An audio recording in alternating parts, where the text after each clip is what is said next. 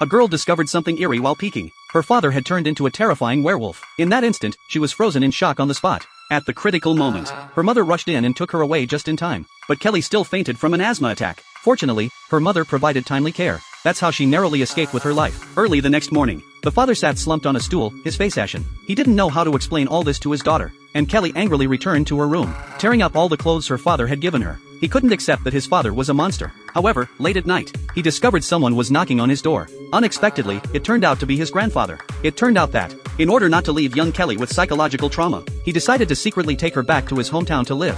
However, when the two were halfway there, her parents took a shortcut and caught up with them. They would never allow Kelly to be taken away, and Kelly refused to go back with her parents no matter what. During the tug-of-war, the father was also knocked out by a punch from the grandfather, but seeing his daughter crying her eyes out, the grandfather, who couldn't bear it, finally compromised. So Kelly was taken back by her parents. In order to dispel Kelly's doubts, the father took her to the castle where he transformed that night. He then told her about the family's unknown secret. It turned out that their family was cursed. Once a family member came of age, they would transform into a werewolf every full moon night, and he, transformed into a werewolf, would crave blood and killing. In order not to harm Kelly, that's why he traveled all the way to the castle, because every time he turned into a werewolf, he wanted to devour live creatures. So the mother specially brought a pig. While satisfying his beastly nature, he could also enjoy a hearty meal. The father said he didn't want to become a werewolf either, but it was the family curse. He was also helpless about it. Seeing the father's regretful expression, Kelly finally understood her father's dilemma. She then threw herself into her father's arms, gradually accepting such a monstrous father. However, good times didn't last long. With daily supplies,